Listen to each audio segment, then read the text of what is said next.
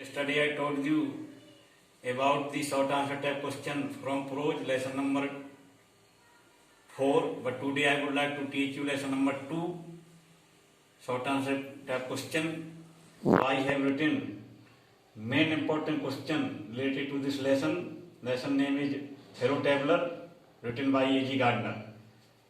Question number first है, पहला है, what did mister A G. Gardner do while travelling alone in the compartment. Rail के डिब्बे में अकेले यात्रा करते समय ए.जी. गार्डनर ने क्या किया। फिर विद्यार्थी इसका आंसर आप दे सकते हैं कि व्हाइल ट्रेवलिंग अलोन आधा 50%, जैसा कि मैंने बताया था आपको कि 50% आंसर उस क्वेश्चन में हिडन होता है। बस आपको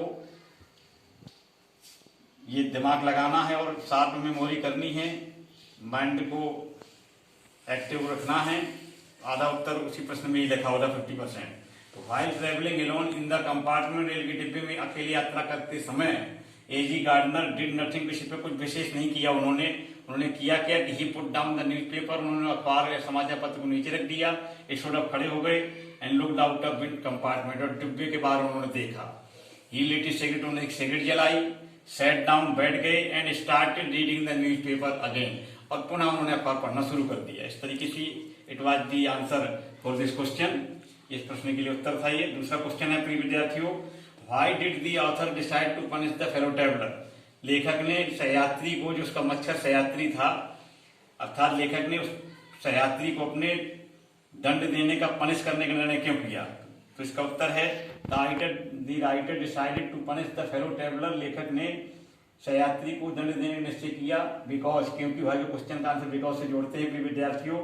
इट मान इसने मच्छर के लिए यूज किया गया था, फेलो ट्रेवलर के लिए।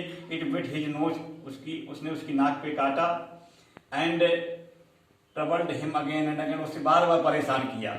In spite of his warning, उसकी चेतावनी के बावजूद उसे बार बार परेशान किया, उसकी नाक में काटा। इसलिए लेखक ने निश्चय किया उसको दंड देने का।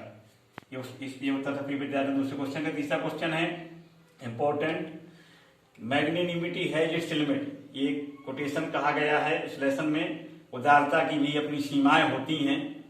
Who said this and why, किसने ये कहा और क्यों कहा। तो जैसा कि विद्यार्थियों आप जानते हैं कि मैग्नेनिमिटी हैज इट्स लिमिट, उदारता की भी अपनी सीमाएं होती हैं। द राइटर सेड, लेखक ने इसको कहा था। क्यों कहा था, क्योंकि दी मॉस्किटो, जो मच्छर था, उसका सहयात्री था, टीज्ड हिम अगेन एंड, उसे बार बार परेशान करता था। इसलिए उसने कहा था कि बहुत हो गया, उदारता की अपनी हद होती है, कहां से मैं उदार बनूंगा आपके प्रति। The writer wanted to kill it, लेखक उसे मारना चाहता था, इसलिए उसने कहा था कि उदारता की भी अपनी सीमा होती है। ये उत्तर था प्रिय विद्यार्थी क्वेश्चन नंबर 3 का। क्वेश्चन नंबर 4 है, मेन इंपॉर्टेंट क्वेश्चन मैंने यहाँ पर लिखे हुए हैं जो बोर्ड में अमूमन तौर पर पूछे जाते हैं। बाकी कुछ गृहकार दिया जाता है, वो उनको भी आपको करना है। उस गृहकार के क्वेश्चन को यहाँ हम चेक कर देते हैं, इसके बाद भी इन्हीं क्वेश्चन के साथ उनको भी आपको लिख देना। इस तरीके से अपने शॉर्ट आंसर कवर होंगे। व्हाट, अगला क्वेश्चन और अंतिम क्वेश्चन है हमारे आज की टीचिंग का। You are enjoying this teaching through online video, online teaching while sitting at your home.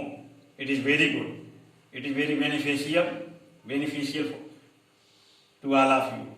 What relationship did the author develop with his fellow traveller, यानी अपनी सहयात्री के साथ लेखक का कौन सा रिश्ता डेवलप हो गया था, पैदा हो गया था, मतलब विकसित हो गया था, बन गया था। तो जैसा कि आपको पता है, इसका आंसर है विद्यार्थियों कि लेखक के साथ एक प्रकार का दूर का रिश्ता सहयात्री के साथ बन गया था लेखक का। तो the author developed distant relationship, दूर का रिश्ता बन गया था, विकसित हो गया था विथ हिज फेलो ट्रेवलर, अपनी सहयात्री के साथ। दे सेड, उन्होंने कहा, दैट की दे वेयर फॉलो मॉर्टल, उन्होंने कहा कि हम दोनों लोग एक नाशवान हैं, साथ साथ सभी दोनों हम नाशवान हैं, फेलो मॉर्टल्स हैं, मरणशील हैं हम, मॉर्टल्स भी मरणशील। The mosquito was the fellow traveller, और जो मॉस्किटो मच्छर था वो लेखक का फेलो ट्रेवलर सहयात्री था। So I hope that you must have understood this online teaching even today.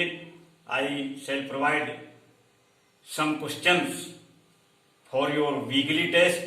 Today you will solve that questions and send your answer within 1 hour.